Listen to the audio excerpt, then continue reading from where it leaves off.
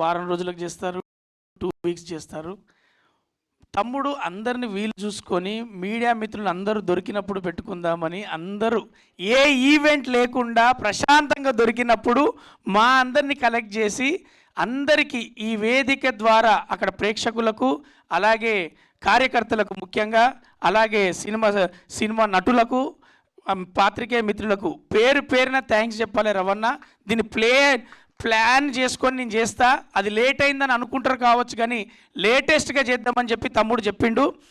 అది వాడి ప్లాన్. ఎందుకంటే తమ్ముడిని నేను మీ అందరికీ చెప్పాలంటే నేను కొద్దిగా సుదీర్ఘంగానే చెప్తా. అంజనా మీరు చెప్పింది ఇందాక తమ్ముడు అన్నాడు కదా, స్పీచ్ ఇస్తాడని అనుకోలే అన్నాడు. ఇది స్పీచ్ కాదన్న, ఓట్ ఆఫ్ థ్యాంక్స్. అందరికీ పేరు పేరున మర్చిపోకుండా పేరు పేరున వాళ్ళకి థ్యాంక్స్ చెప్పే విధానంలో అంజన్న మర్చిపోకుండా ప్రతి ఒక్కరికి చెప్పిండు. కాబట్టి అంజన్న మీ బాధ్యత, మీరు దర్శకులుగా క్యాప్టెన్ ఆఫ్ షిఫ్ట్గా సినిమానే కాదు ఓట్ ఆఫ్ థ్యాంక్స్ కూడా గ్రాండ్గా చెప్పిళ్ళు. అది లవ్ యూ. దాని తర్వాత తమ్ముడిది నాది పరిచయం ఏంటంటే మీ అందరికీ చెప్తా. నేను మిమిక్రీ ఆర్టిస్ట్గా వన్స్ మోర్ ప్లీజ్ చేసేటప్పుడు మూర్తి అన్న నేను మీ అందరం చేసేటప్పుడు రాకేష్ కూడా ఒక మిమిక్రీ ఆర్టిస్ట్గా వరంగల్లో మాకన్నా ముందు హైదరాబాద్ సిటీకి వచ్చింది తనే.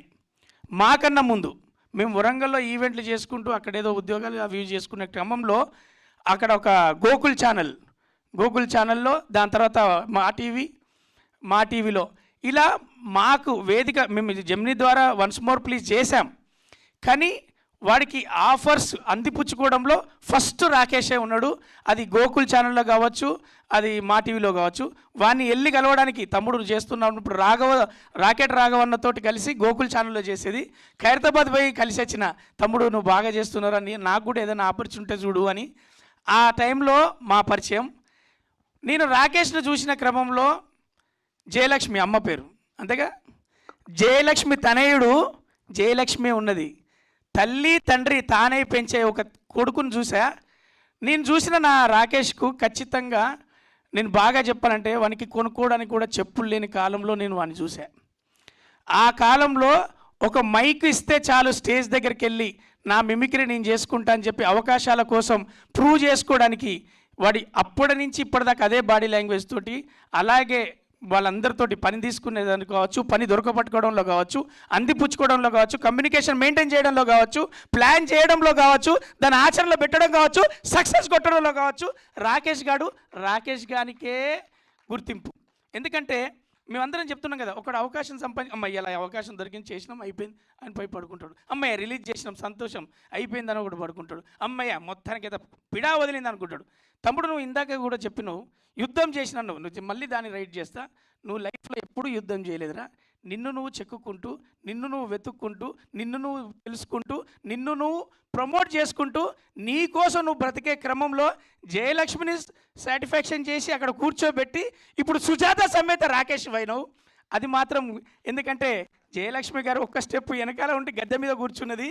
అలా ముందు తోలు బొమ్మలాటలో మీ ఇద్దరు ఆడుతున్నారు, ఒకరు ప్రొడ్యూసర్గా ఒకరు హీరోగా. ఇప్పుడు కూడా వాడు కథానాయకుడు అయ్యాను కదా, ఓ యాంకర్కి ఎవరైనా చేయొచ్చు అనొచ్చు. కానీ నాకు వచ్చిన అతిథులను నేనే రిసీవ్ చేసుకుంటా, నేనే ఒక్కొక్కరిని పిలుస్తా అని చెప్పేసి వాడే యాంకర్గా. ఎందుకంటే వాడు సకల కళాకోవిదుడు, వాడు మిమిక్రీ ఆర్టిస్ట్, వాడు యాంకర్, వాడు కమెడియన్. వాడిని హీరోగా చూసిన దాంట్లో కూడా నేనే ఫస్ట్ ఉంటా. తమ్ముడు అవకాశాల కోసం తిరిగే టైంలోనే తమ్ముడు నీలాంటి అజీబ్ బాడీ లాంగ్వేజ్లు ఉన్నోడే ఒక హీరో కావాలని వెతుక్కుంటూ పోతే మోతీనగర్లో రూమ్ పైన 3 అంతస్తుల పైన ఒక చిన్న రూమ్లో టింకన్న సంరక్షణలో ఉన్నాం. అప్పుడు వెళ్ళి తమ్ముడు నీలాంటి వానికి హీరో అవుతాడు తమ్ముడు. నేను హీరో అయిందన్న, ఒరే నీ దండం పెడతారా, నువ్వు హీరో అయిన రోజు నన్ను గుర్తుపెట్టుకుంటూ, అది హీరో ఏ కథైనా కావచ్చు, నీలాంటి బాడీ లాంగ్వేజ్ కూడా కథ ఉంటుంది అనేది నీకు తెలుస్తుంది. నీలాంటి ఎందుకంటే ఒక అమాయకపు చక్రవర్తి ఒక ఊరు కోసం సిటీ దాకా సీఎంను కలవేదాకా మనం చేసే ఈ కథలో వాడు ఖచ్చితంగా అలాగే ఉండాలి. అంతకు భిన్నంగా ఉన్నా ఎందుకంటే ఈ సినిమా గురించి ఫస్ట్ నాకు కన్నన్న చెప్పిండు, మన పీసీ కన్నన్న. ఆ కన్నన్న చెప్పిన తర్వాత మంచి సబ్జెక్ట్ చేస్తాడు అన్నప్పుడు వాడు అవుతున్నాడా ఓకే అన్న. ఆ తర్వాత మళ్ళీ నాకు చెప్పింది మన ధనరాజ్ అన్న, వాంది విన్నరా చాలా బాగుంది, వానికి సూటబుల్ సబ్జెక్ట్ అన్నాడు. ఆ తర్వాత చెప్పింది ఎడిటర్ మదన్న, ఒరే రవి అది చిన్న అరేంజ్ చేసుకుంటే మంచి సినిమా అవుతుంది, మంచి సినిమా చేసిండు ఆ అబ్బాయి, అందులో కనపడ్డ వాళ్ళందరికీ పేరు వస్తుంది అన్నాడు. దాని గురించి కూడా చెప్తా. తాగుబోతు రమేష్ అన్న ఫస్ట్ నువ్వే ఫోన్ చేసిన, ఒరే రవి గారు నాకు కన్ఫ్యూజన్ ఉన్నది రా అన్నాడు. దేనికన్నా అన్న, నీ పెద్ద పెద్ద సినిమాలు చేసినా ఎవడు కాల్ చేసి నీ సీన్ పేలిందిరా అని చెప్పలే, లేకపోతే బాగా చేసినావు అని చెప్పలే. నీ అమ్మ ఫోన్ పెట్టేస్తానే నేను, ఇంకో ఫోన్ వస్తాను, మస్తు చేసినావు రమేష్ అన్న, కంబ్యాక్ సినిమా అంట. ఒరే అమ్మ కంబ్యాక్ సినిమా అంటా లేదురా నాకు అన్నాడు. నిజంగా అన్న రమేష్ అన్న నేను ఇద్దరం మాట్లాడుకున్నాం, మేము నవ్వుకున్నాం. ఆ తర్వాత ధనరాజ్ అన్న ఫోన్ చేసిండు, ఒరే నాకు చిన్న క్లారిటీ రా రవి అన్నాడు. చూసినా చెప్పనరా. ఏందిరా అది, ప్రేమలేఖ సినిమాలో దిగులు పడకురా సహోదరు అని ఒక సపోర్టర్ వచ్చినట్టు నేను ఆ సినిమాలు వచ్చినా అంటున్నారు, అది నిజమేనారా? నువ్వు చూసావా, నువ్వు చేసినావు, నీకు కనిపించలేదా అన్న. అంటే చేశాను పెద్దోడుగా, కానీ అంత పాత్రను నాకు తెలియదని ధనరాజ్ అన్న ఫోన్ చేసిండు. ఏమో నాకు కన్ఫ్యూజన్ ఉందిరా, నాకు రేపు ఏ పాత్ర చేసినా నిజంగా పెద్దోడు అయినట్టు అనిపిస్తుందిరా ఇప్పుడు అని. అంటే లేదన్నా సపోర్ట్ చేసినట్టు నీ క్యారెక్టర్ పేలింది కాబట్టి ఫోన్ వచ్చిందన్న. ఆ తర్వాత మదన్న ఫోన్ చేసిండు, తను నాకు మెసేజ్ చేసిండు, తనకు నేను మెసేజ్ చేసిన. నిజంగా ఒక బిడ్డ తండ్రి గూడెంలో ఉంటే బాధపడితే, పెళ్ళైతే లేదంటే బాధపడితే, నిజంగా కూడా ఆ కళ్ళల్లో ఆ రోదరంలో ఆయన మైమ్ ఆర్టిస్ట్ నుంచి ఆర్టిస్ట్గా మనందరం బుల్లితెరలో వెండితెరలో ఆయన చూస్తున్నాం. టీచర్గా ఆయన ఎంతమందిని నటులను తయారు చేస్తున్నాడో, నటనలో కూడా అంతే స్టూడెంట్గా అంతే భయంతో భక్తితోటి ఆయన చేస్తున్నది ఆ పాత్రలో కనపడుతుంది. ఇకపోతే లోహిత్ అన్న గురించి చెప్పాలి. మీరు అన్నారు కదా ఇండస్ట్రీ గుర్తించడం అవేం లేదన్నా. లోహిత్ అన్నకు మీరు అన్నారు కదా, లోహిత్ అన్న మనం షెడ్డీలు వేసుకున్నప్పుడే స్టార్ ఆయన బుల్లితెరల. అప్పుడు రాకేష్ గారు షెడ్డీ కూడా వేసుకున్నాడో లేదో కూడా తెలియదు. అంటే చెప్తాను, సీనియర్ చెప్తాను రా, ఇంటి దగ్గర ఉన్నారు ఆ టైంలోనే స్టార్. అంటే సమయం అన్నది ఉంటుందన్న, టైం ఎవరికైనా ఒకసారి టైం వస్తుంది. లోహిత్ అన్నకు కరెంట్ అఫైర్లు వస్తుంది. గతంలో ఉంటే పురాణ నటుడు పాత నటుడు అంటారు, ఇప్పుడు కరెంట్ అఫైర్లో ఉంటే ఫ్రెష్, అరే ఆయన టైం నడుతుందిరా అని గుంజుకొచ్చుకుంటారు. కాబట్టి లోహిత్ అన్న మీకు కూడా ఖచ్చితంగా ఒక కరెంట్ అఫైర్లో మీకు మంచి పాత్రలు రావాలని కోరుకుంటున్నా. ఆ తర్వాత మ్యూజిక్ డైరెక్టర్, ఈ పాటల గురించి కాశల శ్యామన్న, తమ్ముడు మంచి పాటలు రాసిన ఒకసారి విను అన్నాడు. మొత్తం పాట పాడినాక ఇది ఎవరి కోసం అంటే తమ్ముని కోసం అన్నాడు. ప్రాణం పెట్టి రాసినావు అన్న, ఇది బాగా ఉన్నదన్నాం. ఆ తర్వాత చరణ్ రాజ్ అన్న, చిన్ని చరణ్ అన్న, చరణ్ అర్జున్, ఈ ఒక్కొక్క పేరు కాదే అదే మొత్తానికి ఎత్తి చరణ్ అన్న. ఈ మ్యూజిక్ డైరెక్టర్ కూడా అవి మొత్తం అంటే నేను వీడికి మాత్రమే నిన్ననే అన్నాడు, అన్న నువ్వు ఎవడెవడుతున్నా టచ్లు ఉంటావు నాకు తప్ప అంటే. ఒరే నేను నీకు ఒక మేనేజర్ ఉంటాడు, అదే ధనరాజ్. లేదురా అన్న నా గురువు అన్నాడు. నీకు లైఫ్లో గురువేరా, కానీ నీ అప్డేట్లు ఈ టైంలో భార్య దగ్గర పోతాడు, ఈ టైంలో అమ్మ దగ్గర కూర్చొని కాఫీ తాగుతాడు, ఈ టైంలో సినిమా గురించి మాట్లాడుతాడు, ఈ టైంలో లెక్కలు చూస్తాడు, ఈ టైంలో వాడు టెన్షన్ పడతాడు, ఈ టైంలో వేరే దగ్గర ఉన్నాడు అని వాడు ప్లాన్లను ఎత్తాడు, ఈ టైంలో సంతోషాన్ని దగ్గర పోయాడు, ఈ టైంలో ఇంకో దగ్గర. అంటే మొత్తం ఇన్ఫర్మేషన్ నేను ఎందుకు తీసుకుంటా అంటే వానికి అనిపిస్తే ఫోన్ ఎత్తుతలేడని. ఫోన్ ఎత్తాల్సిన అవసరం నువ్వు ఏడునో నాకు తెలుసు. భార్య కూడా చెప్పదు అట్లా డీటెయిల్స్. ఏమోనండి మా ఆయన గురించి నాకు సరిగ్గా తెలియదు అంటే ఏ భార్యని అడిగినా, ఈయన గురించి అడగాలంటే మాత్రం ఖచ్చితంగా ధనరాజ్ అన్నకు ఫోన్ చేయాలి. అరే ఇప్పుడు మీ ఇంట్లో ప్లానింగ్ ఏంటంటే ఇంకేం అనుకోలేదురా, కానీ రాకేష్ గారు ఏమనుకుంటాడు, ఇప్పుడేరా పోస్టర్ అనుకున్నాడు, పెద్ద ఆయన దగ్గర పోయి రిలీజ్ చేయిద్దాం, లేకపోతే అదొకటి అనుకుంటున్నాడు, ఒక డేట్ ఫిక్స్ అవుతుందిరా, అంజన్న నేను అందరం కలిసి భీమాస్ హోటల్ దగ్గర ఆఫీస్ కాడ కూర్చుంటున్నాం రా. ఇంతుంటుంది ఇన్ఫర్మేషన్, ఇంతుంటుంది. ఇకపోతే నవీన్ అన్న కలిసిండు. అన్నా నేను సినిమా చూసినా, నేను ఏదో అనుకున్నా, ఉన్న సీన్ వరకు మస్తు ఉన్నదన్నా, నువ్వు అసలు సినిమాలో లేవనుకున్నా, ఆ ఫంక్షన్లో వచ్చి మాట్లాడితే నువ్వు ఎట్లా అనుకున్నావే? వాడు లేనోడిని ఎవడన్నా పిలుస్తాడా? లేనోళ్ళందరూ పిలిచింది సహాయం చేయడానికి. పని తీసుకోవడంలో రాకేష్లో సక్సెస్. నేను ఇంతసేపు ఎందుకు మాట్లాడుతున్నా అంటే, ఇంతకుముందే పెద్ద ఆయన చెప్పిళ్ళు మన ఆహా ఛానల్ నుంచి శ్రీనివాస్ అన్న, ఆయన ఒక మాట అన్నాడు, కమిడియన్స్ అంటే చూసేది బతుకు తెరువులో మేము కమిడియన్స్ కావచ్చు, కానీ మా ఇంటికి మేమే హీరోలం, మా కథకు మేమే హీరోలం, మా కథకు మేమే కథానాయకులం. అది సందర్భం వచ్చినప్పుడు తెలుస్తుంది, కానీ మేము బతుకు తెరువులో 4 గింజల కోసం, బ్రెడ్ అండ్ బటర్ కోసం మాత్రమే మేము కమిడియన్స్గా చేసాం. కానీ మాకొక గాథ, మాకొక కథ ఉంటుందని నమ్ముకొని బతికే వాళ్ళం మేము. అందుకే చూసే కోణాన్ని బట్టి ఉంటుంది, చూసే మనసును బట్టి ఉంటుంది. మొత్తానికి మమ్మల్ని చూసే ఎక్కడైనా పెళ్లి పందిరి దగ్గర నుంచి మొదలు పెడితే చావుళ్ళ దగ్గర కూడా అక్కడ చూసిన వాళ్ళందరూ మీ షోలు చూస్తున్నామనండి, బాధను వదిలేసి 2 సెకండ్లు మాతో మాట్లాడతారు అండి, మీ షోలు అన్నీ మమ్మల్ని నవ్వించినాయని చెప్తారు. అదే ప్రపంచంలో ఒక అదృష్టంగా భావించేది ఏంటంటే, హాస్య నటుడుగా పుట్టడం హాస్య నటుడిగా అన్నాన్ని సంపాదించి నా కుటుంబాన్ని సాదుకోవడం ఒక అద్భుతమైన అవకాశం నాకు దేవుడిచ్చింది. ఎందుకంటే శత్రువు లేనిది పోటీ మాత్రమే ఉన్నది, అద్భుతంగా జీవించేది ఒక కమెడియన్ జీవితమే. అది అద్భుతంగా మేము ఫీల్ అవుతూ ఉంటాం.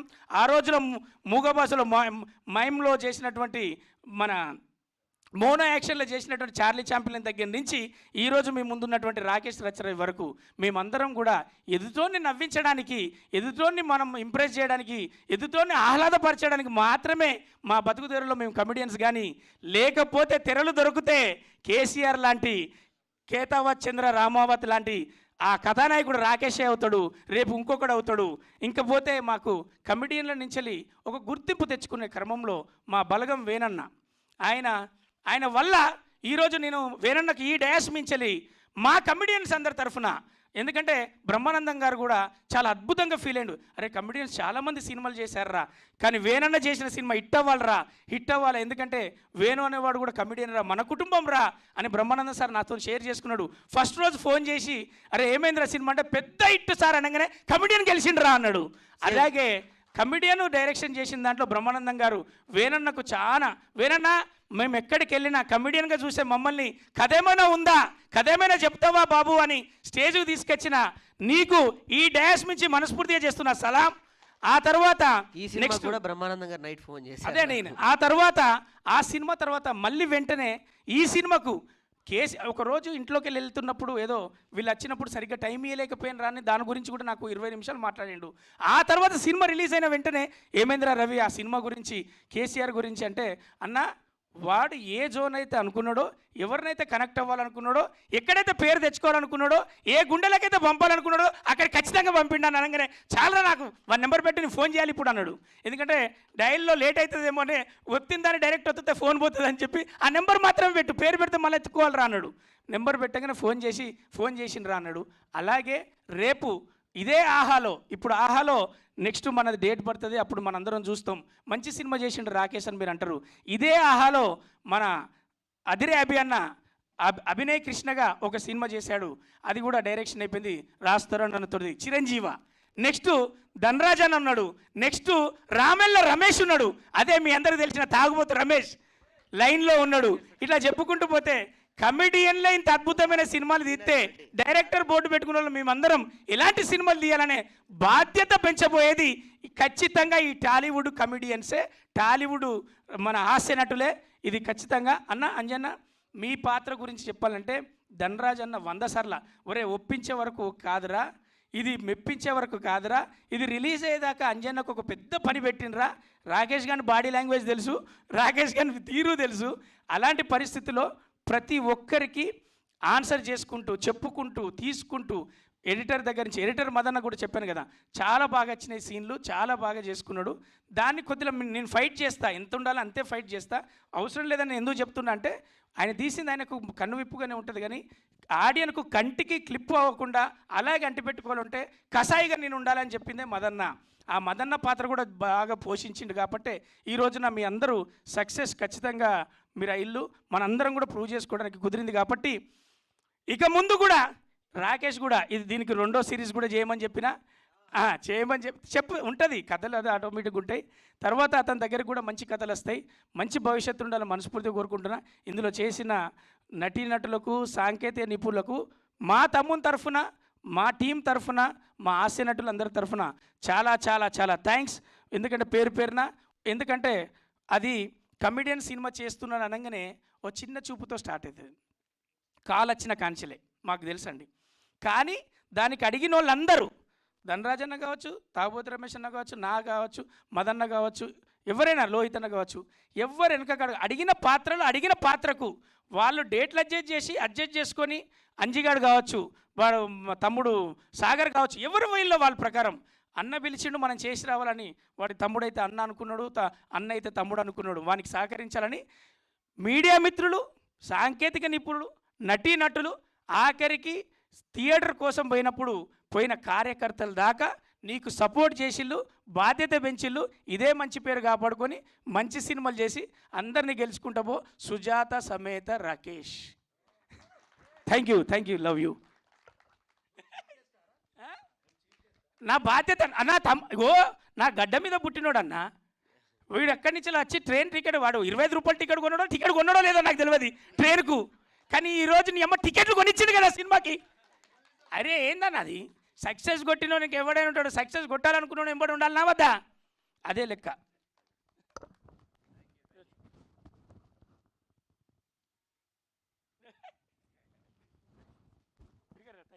మైక్ నాదే అన్న, మళ్ళీ తీసుకెళ్ళిపోతే